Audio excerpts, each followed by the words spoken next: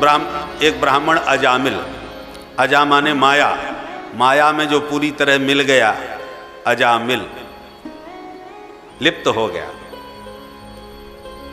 कर्मनिष्ठ ब्राह्मण था, परंतु दुर्दैव से एक बार जंगल में समिधा लेते लेते एक पुण्यवधू को देख लिया जो पैसों पर बिकने वाली थी। उसी के रूप जाल में ये भी फंस गया। घर परिवार सबका परित्याग करके सदा के लिए उसके साथ रहने लगा। कई संतान पैदा किया और सबसे छोटे बच्चे का नाम एक संत के आग्रह करने पर नारायण रख लिया। बात बात पर अपने नारायण पुत्र को पुकारने लगा, तो इसी बहाने भगवान का नाम होने लगा। इसलिए अपने बच्चों का नाम, प्रभु का नाम रखोगे तो वैसे तो माला लेके जपने की फुर्सत नहीं, कम से कम उसी बहाने पुकारते रहोगे, अरे गोविंद, अरे गोपाल, हे माधव, तो ऐसे बढ़िया नाम होना चाहिए। अब चिंकू पिंकू डिंकू, या अब जिसका ना कोई अर्थ ना कोई मतलब, तो भजन यदि नहीं बनता तो कम से कम पुत्र के बच्चों के नाम अच्छे हों तो उसी बहाने भजन हो जाए। इसका भजन होने लगा। संत ने इसलिए युक्ति से काम लिया।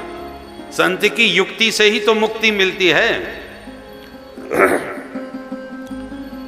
इसका अंत काल जब आया तो काले काले यमदूत लेने आए। उनको देख के ये घबराया, जोर से चिल्लाया, बेटा नारायण बचाओ। तुरंत भगवान के पार्षद प्रकट हो गए, मार धक्का यमदूतों को दूर फेंक दिया।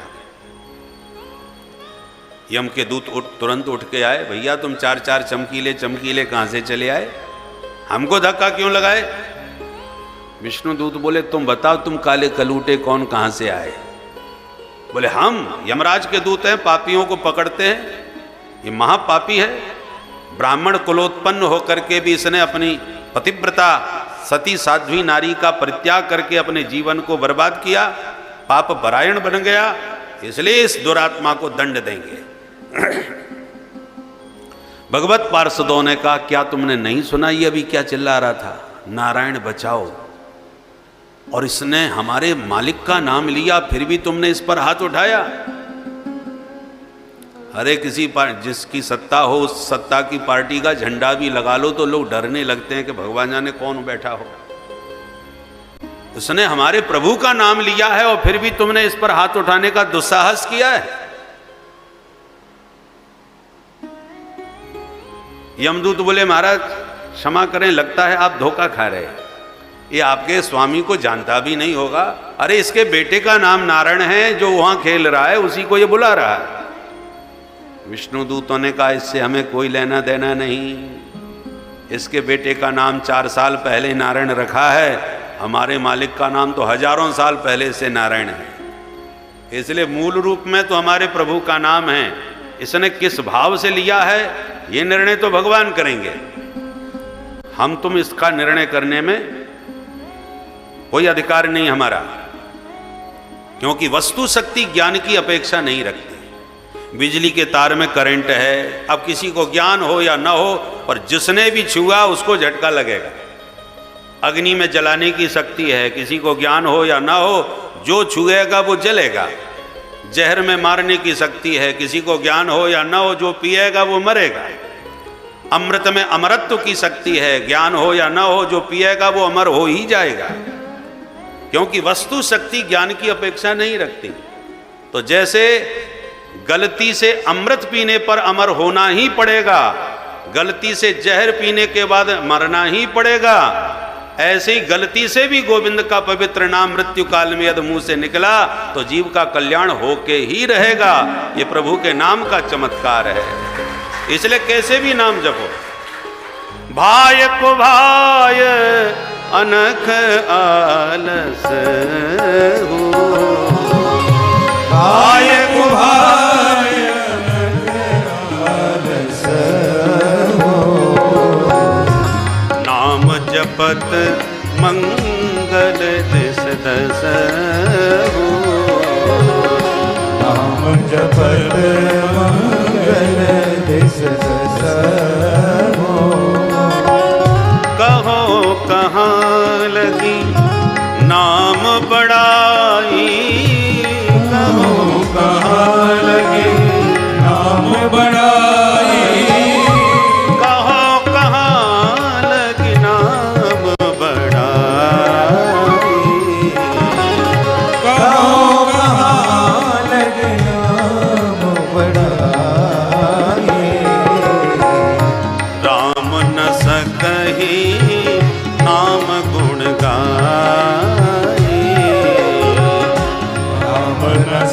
नहीं राम गुण गाए।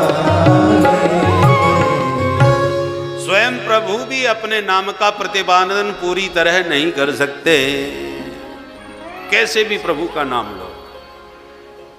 यमदूत नहीं माने तो ऐसी पिटाई करी कि छोड़ छाड़ के यमदूतों को भागना पड़ा, और बाद में विष्णु दूत भी अदृश्य हो गए। अजामिल ने ये सारा दृश्य अपनी आंखों से देखा, अपने कानों से ये सब बातें सुनी, तो उसे तीव्र वैराग्य हो गया। अरे राम राम, मैं तो सचमुच बेटे को ही बुला रहा था। जब प्रमाद से पुत्र के बहाने प्रभु का नाम निकला तो मैं बच गया, और कहीं प्रेम से प्रभु का नाम लिया होता तो न जाने क्या चमत्कार हो जाता। तुरंत उसने सर्वस्व त्यागा, हरिद्वार में भाग के पहुंचा, और गंगा द्वार मुपेयाय मुक्त सर्वानुबंधन, गंगा के तट पर हरिद्वार में सबसे मन से सबका परित्याग करके नाम का आश्रय लिया, और अंत में अजामिल मुक्त हो गया। यमदूतों ने यमराज के सामने काल दंड फेंक दिए, महाराज हो गई नौकरी पूरी, अब नहीं करेंगे। अरे हुआ क्या? बोले सरकार आपकी आज्ञा से उस पापात्मा को पकड़ने गए, उल्टे पिट के हमको आना पड़ा। तुम्हें किसने मारा और क्यों मारा? बोले सरकार हमने उसे पकड़ा, उसने नारायण को पुकारा, सोई 4 लोगों ने आके हमको मारा। जो नारायण का नाम सुना यमराज ने तुरंत मुंह पे हाथ धर दिया, सावधान। क्या हुआ महाराज? बोले ये जो पवित्र नाम अभी अभी आपने लिया, गलती से भी दोबारा मत लेना। क्यों, क्या हो गया? बोले यहाँ सब पापात्मा लोग पड़े हुए नरक में, और ये पवित्र नाम कहीं उनके कान में पड़ गया तो मेरा कारोबार सब चौपट हो जाएगा, सबकी विदाई करनी पड़ेगी तत्काल। पेट्रोल पंप में माचिस जलाना खतरे से खाली नहीं, कब विस्फोट हो जाए कोई ठिकाना नहीं। इसलिए यहाँ पर ये प्रभु का नाम मत लो। ऐसा क्या है इस नाम में? यमराज बोले अब मैं क्या बताऊं, तुम तो अपनी आंखों से देख ही चुके हो। जब गलती से पुत्र के बहाने उसने प्रभु का नाम लिया तो तुम उसे छू नहीं पाए, पिट के आए, और यदि प्रेम से प्रभु का नाम लिया होता तो तुम उसे देख भी नहीं सकते थे, छूने की तो बात ही छोड़ दो। इससे ज्यादा नाम की महिमा और क्या बताऊं। हम 12 लोग हैं जो थोड़ा थोड़ा जानते हैं। 12 लोग कौन कौन हैं? बोले स्वयंभू नारद शंभु कुमार कपिलो मनु प्रहलादो जनको भीष्मो बलिहि वैयासकिर्वयम् द्वादशैते विजानीमो धर्मान भागवतम भटा। ये 12 महाभागवत है, वैष्णवों का परम धन है श्रीमद् भागवत, इसलिए इसमें 12 स्कंद हैं। इसलिए वैष्णव 12 तिलक धारण करते हैं, इसलिए वैष्णव जन 12 मंत्र जपते हैं। 12 अंक की बड़ी महिमा है वैष्णवों में। ये 12 महाभागवतों के नाम गिनाए, वयम कह करके यमराज कहते हैं 12वां नंबर मेरा भी है, मैं भी जानता हूं। यमदूत बोले तो हमें झगड़े में तो डालो मत महाराज, अब तो हमें सीधी सीधी एक बात बताओ, आज के बाद हम जाएं किसको पकड़ने? यमराज बोले अच्छा तो तुम नोट करो। जिह्वान भक्ति भगवत गुण नाम धेयम् चेतश्चन स्मरति तच्चरणारविन्दम्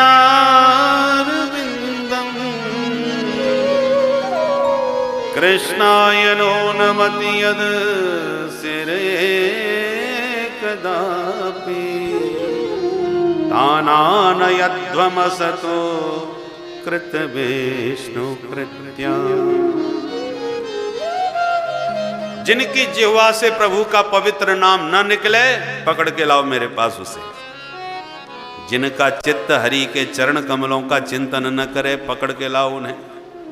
जिनका सिर माधव के चरण कमलों में न झुके, तान आनयध्व, बस ऐसे पापात्माओं को पकड़ के लाया करो मेरे पास।